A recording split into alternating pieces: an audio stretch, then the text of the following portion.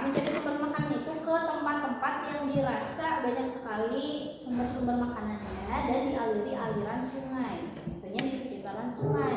Nah, kenapa di sekitaran sungai? Karena kan sungai itu airnya nggak akan berhenti, selalu ada. Terus manusia sangat membutuhkan air ketimbang bahan makanan. Jadi 90% atau berapa persen tubuh kita kan air juga, ya, jadi membutuhkan air. Nah, maka itu kalau misalkan masih ingat manusia Sangiran, ditemukan apa aja di Sangiran tuh? Fosil-fosil ya, gajah purba, gitu, tulang-tulang belulang. Nah, karena memang wilayah Sangiran ini dekat banget sama wilayah Sungai Bengawan Solo. Ya, jadi dekat dengan sungai. Intinya ternyata benar mereka tuh nyarinya ke daerah yang ada di sekitaran sungai juga, karena selain tadi aliran air, ternyata tanah-tanah di sekitaran sungai itu subur tanah. Jadi banyak banget tanaman-tanaman kayak buah mangga gitu ya, mungkin buah apel dan lain-lain. Pokoknya yang berfungsi untuk memenuhi kebutuhan hidup mereka. Bisa dipahami sampai situ? Nah, lanjut, ini tuh ternyata pada masa Paleolitikum. Jadi pada masa awal Paleolitikum, masih ingat apa? Zaman batu tua ya, zaman batu tua. Jadi kehidupan yang udah lama awal-awal cuman berpindah-pindah gitu kehidupannya ya. Terus setelah berpindah-pindah ini mereka hidupnya mulai menetap, atau nama lainnya semi-sedenter.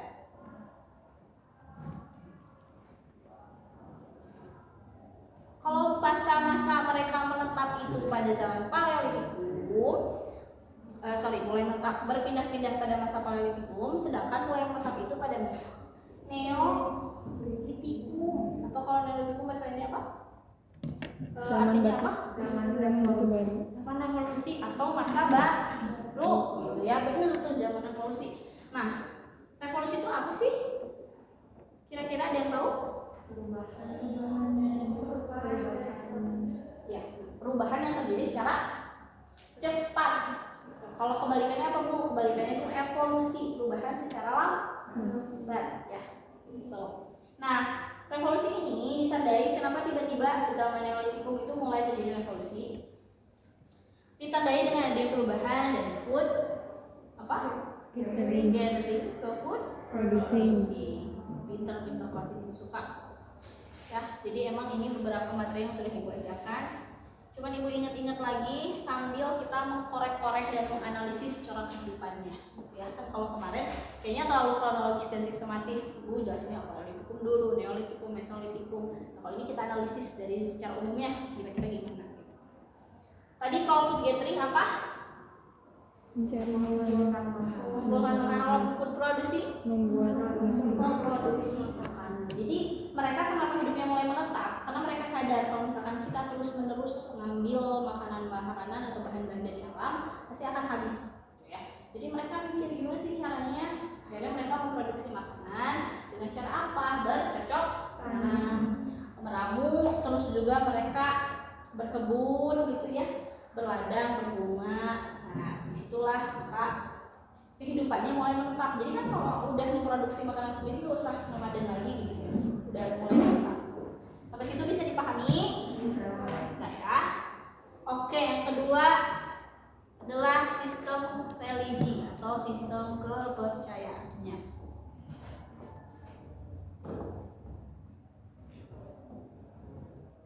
Nah, ayo, ada yang mau maju tulis di depan apa aja sistem kepercayaan manusia purba? Boleh. Namanya siapa? Pak. Oke.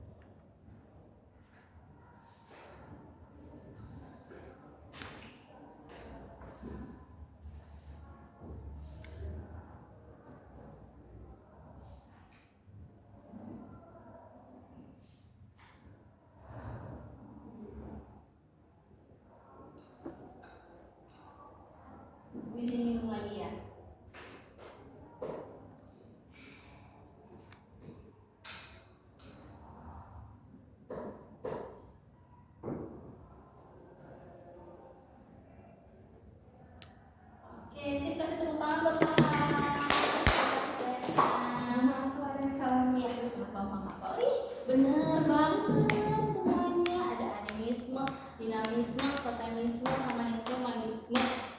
Kalau samanisme apa? Animisme apa? Kepercayaan pada Nenek moyang. Kalau dinamisme, benda-benda yang dianggap sakral. Totemisme, binatang tumbuhan tentang tumbuhan. Samanisme, kepada orang yang memiliki kekuatan kalau magismenya, Benda magis. benda magis. Nah, kira-kira kenapa sih manusia sekarang bisa tahu adanya sistem kepercayaan ini yang dimiliki sama manusia purba? Kira-kira kita tahunya dari mana? Kenapa sih kita sekarang bisa tahu gitu?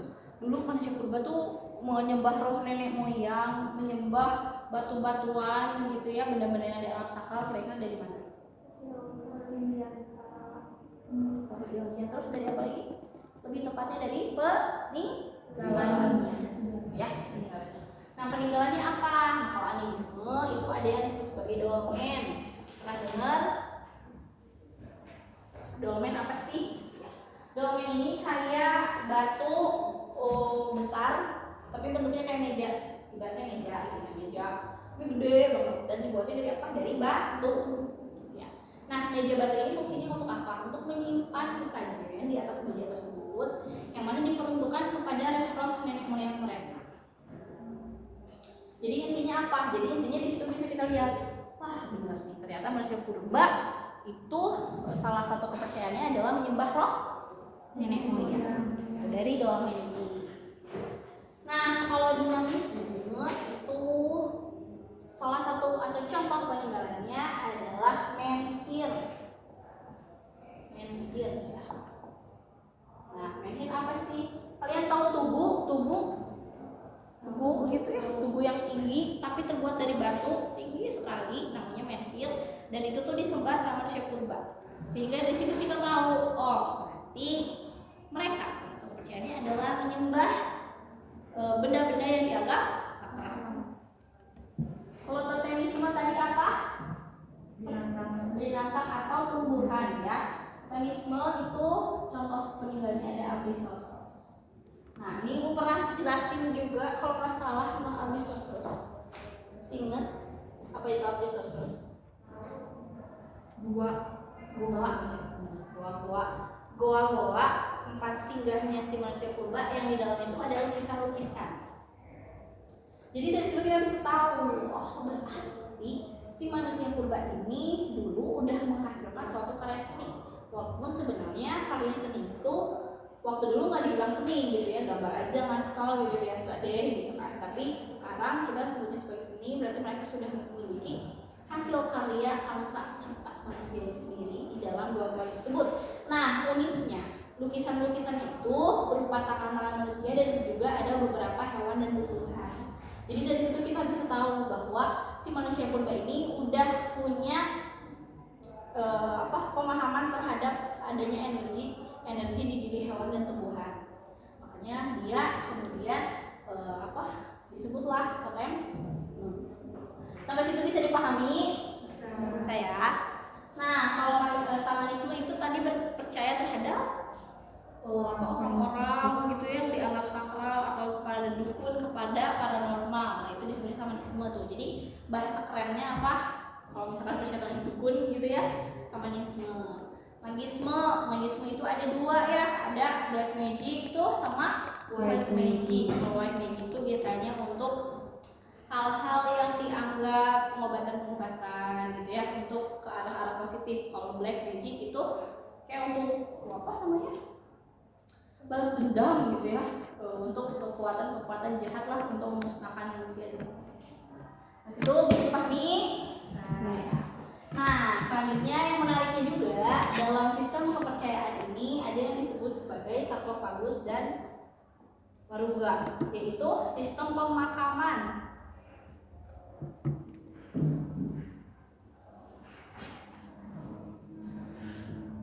Jadi ternyata sebelum mengenal religi, manusia purba itu kalau ada mayat, kalau ada orang yang meninggal gitu ya, gak ada pemakaman. Jadi mereka hanya menaruh mayat-mayatnya di hutan atau di atas gunung biar disimpan aja, dimakanin sama burung bangkainya. Bayang nggak? Ngebayang ya. Jadi mereka itu belum punya pemikiran untuk memanusiawikan mayat-mayat yang ada gitu. Karena mereka belum yakin bahwa adanya roh di dalam tubuh manusia. Tapi setelah mengenal adanya sistem religi ini, mereka sadar adanya kehidupan setelah mati. Kalian percaya ada kehidupan setelah mati? Ya.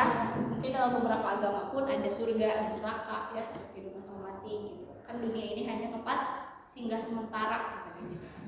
Nah, si manusia purba ini udah mulai mengenal adanya kehidupan setelah mati, udah mulai mengenal adanya roh di dalam jiwa manusia juga. Kan sebelumnya mereka ya nggak nganggep aja gitu, ya udah main-main aja lah gitu, nggak ada roh, nggak ada apapun. Tapi setelah adanya sistem religi ini, mereka mulai memanusiawikan manusia, mayatnya khususnya gitu ya, yaitu dengan cara pemakaman menggunakan sarkofagus sama waruga. Ibu ada gambarnya sih. Oh, ibu belum buka ya. Pokoknya kurang lebih sarkofagus itu bentuknya kayak peti mati, tapi terbuat dari batu. Karena kan dulu cuman batu ya, belum bisa memanfaatkan kayu gitu, jadi dari batu. Terus kalau waruga apa? Waruga itu bentuknya yang lebih kecil gitu,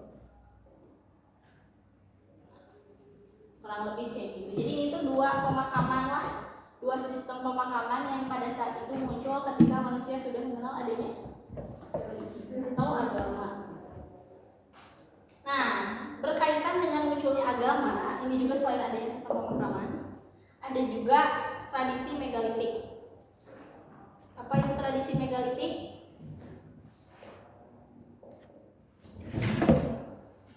Ada nyatet batu besar. Nah, ada peninggalan-peninggalannya.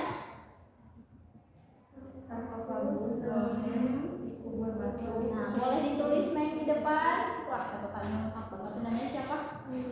Tahu? Anggun. Oh iya, ini Anggun ya. Catatannya rapi sekali.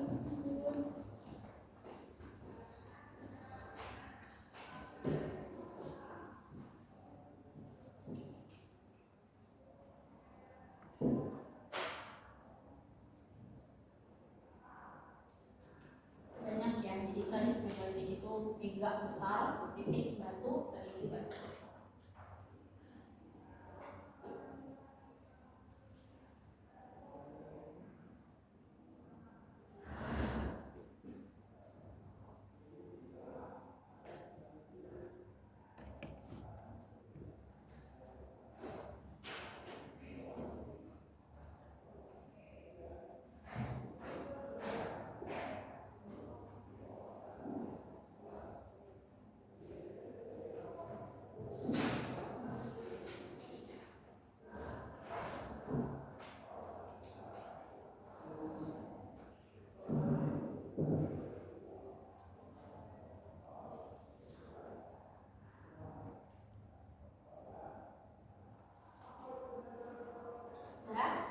Terima kasih Anggun.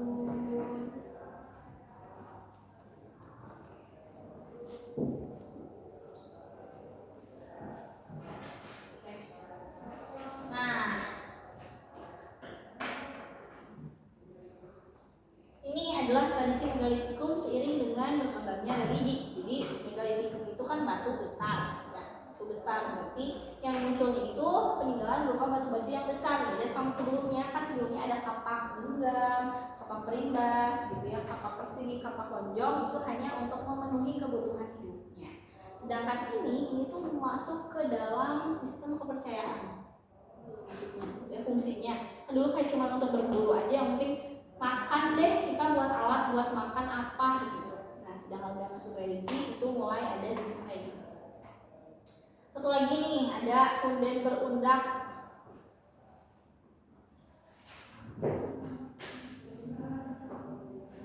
Punden berundak ini itu berupa tumpukan-tumpukan batu yang bertingkat gitu ya. Nah, contoh punden berundak yang sekarang masuk akulturasinya sama Hindu Buddha di Indonesia yang ada sampai sekarang peninggalannya itu adalah Candi Borobudur. Kalian tahu Candi Borobudur? Tahu ya, kayak besar sekali, terus bertingkat-tingkat dan menjadi candi terbesar juga di Nusantara, di Asia Tenggara juga. Nah, Hunian berundak ini salah satu arsitektur khas manusia purba gitu ya, manusia prasejarah yang nantinya berakulturasi sama agama Buddha dan menghasilkan tradisi Candi Borobudur ini. Soalnya candi di beberapa negara lain itu tidak ada yang berundak-undak. Tuh, itu mengenai tradisi megalitikum. Sampai situ bisa dipahami? Ada yang mau ditanyain dulu? Ada? Udah mulai ngantuk belum? Ngantuk gak? Enak gak kelasnya di sini kira-kira? Ya. Oke. Nah, lanjut ke poin yang selanjutnya. Kira-kira pada masa praksara atau masa purba ada teknologi nggak? Ada nggak? Ada nggak? Enggak. Ternyata sudah ada atau sudah mengenal yang namanya teknologi. Nah, kalau teknologi yang terbersit di pikiran kalian itu apa sih? Teknologi itu cowok-cowok nih kalau mendengar teknologi kira-kira yang langsung teknologi apa? Internet. Terus apa lagi?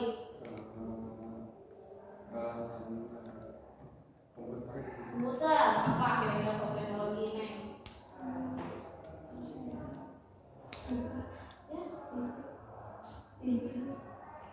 Oh, TV. Maaf ya, kurang nih. TV. Terus apa kira-kira kalau teknologi? Simpel. Pokoknya yang memudahkan gitu, efektif gitu ya. Terus yang di belakang nih, kira-kira apa, Neng? Kalau mendengar teknologi, kepikirannya sama apa? Handphone. Terus alat canggih. Robot. Elektronik. Teknologi ya. Teknologi aja ya di sini teknologi. Nah, teknologi itu sebenarnya alat untuk memudahkan kehidupan manusia. Jadi bukan berarti internet, bukan berarti hal-hal yang mesin gitu ya, hal-hal yang modern, enggak. Tapi adalah suatu teknologi itu adalah alat yang membantu kehidupan manusia. Ya, teknologinya pada manusia itu udah ada, tapi teknologi sederhana.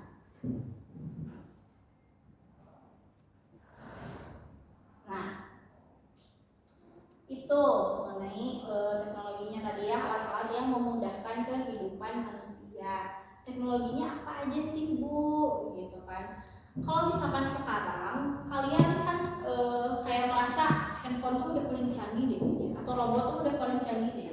Nah, begitu pun manusia purba pada saat itu merasa kapak itu adalah teknologi yang paling canggih. Atau mungkin nenek kita gitu ya, merasa kayaknya telepon kabel tuh udah paling keren daripada surat-suratan, udah alhamdulillah nih udah bisa telepon gitu ya. Begitupun nanti kita kalau misalkan udah punya anak cucu, pasti mereka menganggap apa yang kita miliki sekarang tuh jadul banget sih gitu kan. Nah, kita harus siap tuh ke situ ya, apalagi nanti udah semakin dewasa makin perubahan tuh. Ibu juga ngerasain dari handphone apa yang QWERTY apa sih yang 1 2 3 4 ke bawah itu apa sih, Nokia gitu ya. Terus ya itu tuh pada masa itu emang udah kayak merasa paling keren, udah ada games di dalamnya, apa namanya, games gitu juga udah paling bonus gitu ya. Sejaman sih sampai itu ya, kayak bonus gitu enggak tahu ya, bonus gitu kan, itu kayak udah paling keren aja gitu. Nah, sama aja kayak manusia purba dulu itu tuh merasa mereka teknologinya udah paling canggih gitu. Teknologinya apa? Nah, teknologinya itu ditemukan di wilayah Mandong sama Pacitan.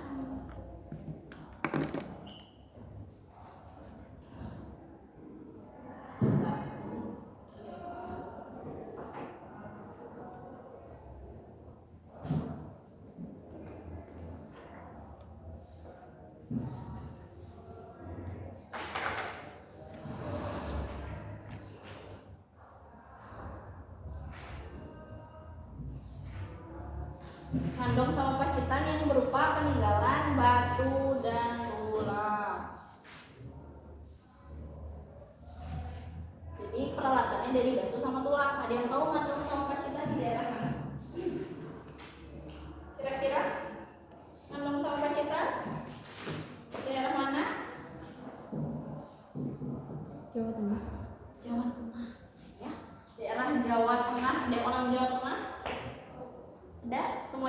Sukabumi? Sukabumi ya. Nandong sama Pacitan di wilayah Jawa Tengah, ternyata dekat sama Sangiran. Jadi kalau Sangiran tuh di sini kira-kira. Sini Nandong.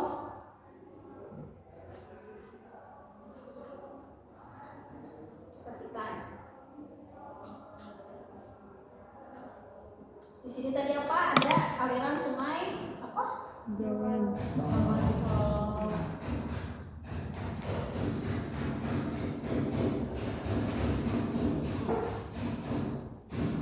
Gimana ya?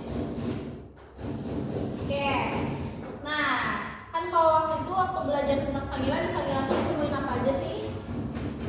Fosil-fosil lagi ya, fosil-fosil manusia purba dan lain-lain lah manusianya. Tapi tidak ditemukan peninggalan budayanya. Kayak kapak gegan, kapak pelipes, kapak lonjong, kapak besi itu nggak ada.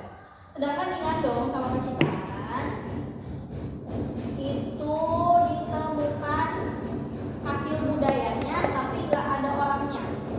Jadi ini tuh sebenarnya siapa sih? Gitu. Nah, sejarawan tuh nggak semudah itu menyimpulkan bahwa peninggalan yang ada di sini tuh miliknya si manusia Sangiran. Kedengarannya sering lagi apa nggak tahu ibu? Nah, ini kayaknya sempat ibu jelasin juga di video, cuma kita review lagi aja biar lebih jelas ya. Nah, jadi para peneliti itu nggak semudah itu menyimpulkan bahwa hasil kebudayaan di sini ini miliknya manusia Sangiran.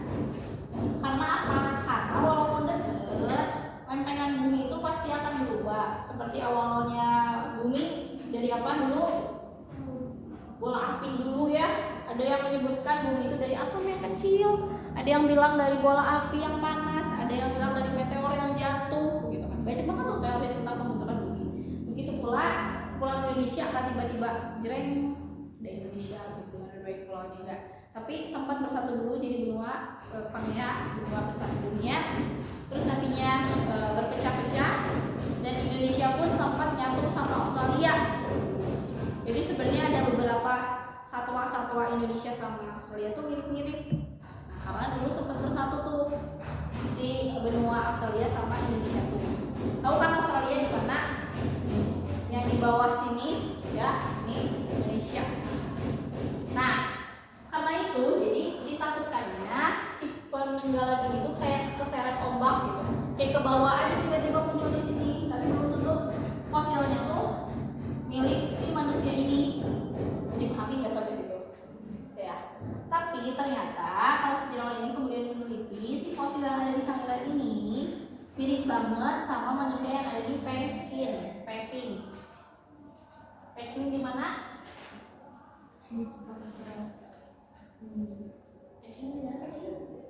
Tiongkok ya. Peking itu di Tiongkok. Nah, jadi si fosil manusia Sangirannya ini mirip banget sama fosil yang ada di Peking. Namanya apa kalau di Peking? Kan kalau di Sangiran ada nama fosilnya apa aja? Kan? Tropus. Terus ada lagi? Pithecanthropus erectus, terus ada Megatropus, gitu-gitulah ya kurang lebihnya. Nah, kalau di Peking ini namanya Sinanthropus pekinensis.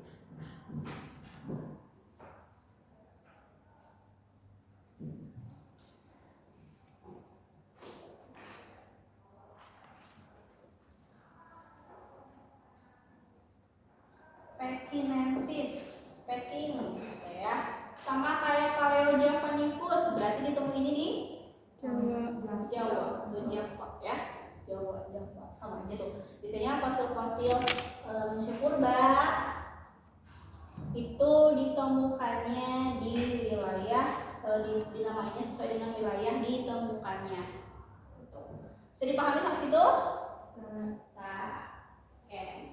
Lanjut. Nah, 1 jam habis. 1 jam lagi bersama ibu.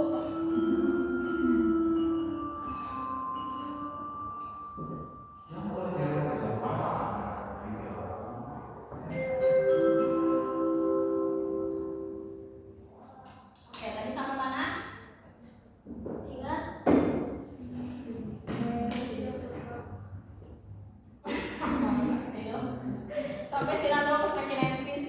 tadi. Ternyata si Sinanthropus pakidatus ini itu mirip banget fosilnya sama yang ada di Sangiran. Walaupun namanya beda kan Sinanthropus ya seperti Tekanthropus, tapi sama. Jadi kalau penamaan untuk di wilayah Tiongkok itu Sinanthropus gitu. Nah, karena kesamaan fosil ini ternyata setelah diteliti si Sinanthropus ini itu juga punya kebudayaan yang mirip sama yang ada di Ngandong dan Pacitan. Di situ bisa dipahami nggak? Mesti nggak ulun megang kepala pusing mak? Enggak, takutnya pusing ya. Oke, di situ.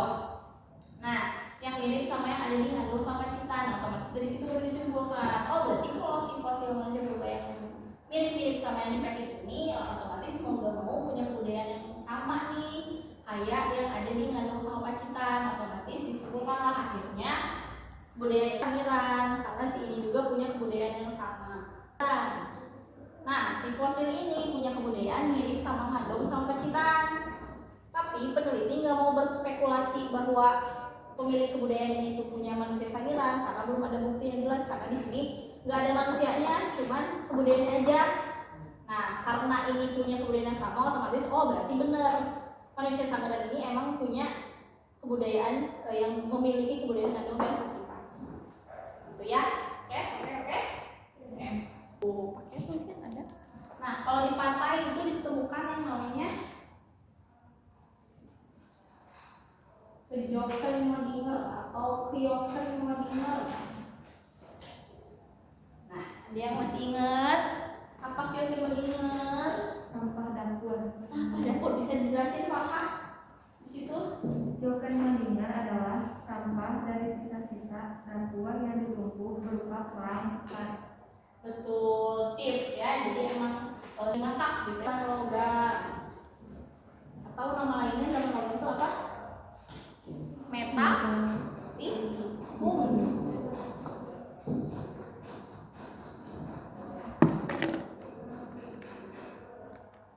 Nah, metal itu artinya metalik ya. Metalik itu artinya logam. Walaupun sekarang udah masuk ke zaman logam, ternyata batu masih dipakai. Enggak tiba-tiba jadi manusia logam gitu ya, semuanya dari logam, enggak. Tapi masih dipakai. Nah, pada masa logam ini mereka menggunakan dua teknik untuk mencetak logam. Yang pertama ada assay Purdue.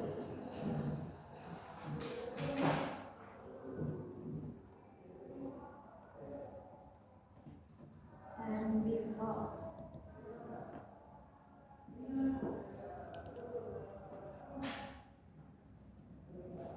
Gitu. Nah, kan kalau misalkan bikin kepak-kepakan kayaknya ya udahlah gitu ya, pakai batu juga mungkin jadi gitu ya, berubah gitu kan, gesek-gesek apalah segala macam bisa jadi kepak juga. Sedangkan kalau logam kan agak sulit, maka itu ketika sudah mengenal api, mereka melebur logam di api. Kalau logam ditempa di api itu pasti akan jadi cairan yang panas kan. Nah, lalu mereka membuat dua cetakan ini untuk memudahkan membuat logamnya. Kalau assay Purdue itu untuk cetakan yang kecil-kecil, kayak misalkan membuat perhiasan. Jadi pada masa logam ini udah mulai muncul perhiasan nih. Kan kalau awal-awal kayak cuma untuk kebutuhan primer aja. Kalau sekarang udah masuk ke kebutuhan tersier, gitu kan. Jadi kebutuhan hidup udah, sekarang kita cari inovasi baru lagi apa? Ternyata mereka mulai membuat perhiasan. Nah, lalu assay Purdue itu gimana sih Bu? Jadi misalkan mau membuat cincin bentuknya apa ya, bunga misalkan ya, dibikin dulu dari tanah liat cetakannya, dibolongin terus tanah liat, dimasukin cairan logam panas, ditungguin beberapa menit gitu ya, beberapa lama, lalu pas dibuka udah beku tuh. Tapi si cetakan tanah liat ini karena kecil kan, kalau cincin kecil banget tuh ya, dihancurin untuk membukanya. Beda sama bivalve atau bivalve.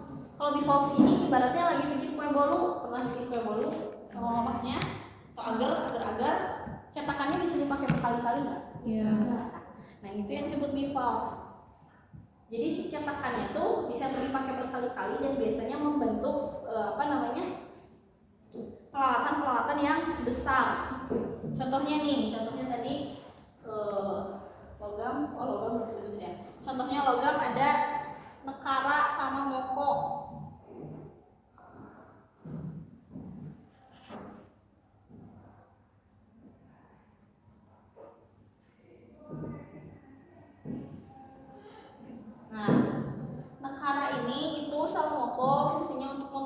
hujan. Kalau nekara bentuknya lebih besar dibanding dengan moko.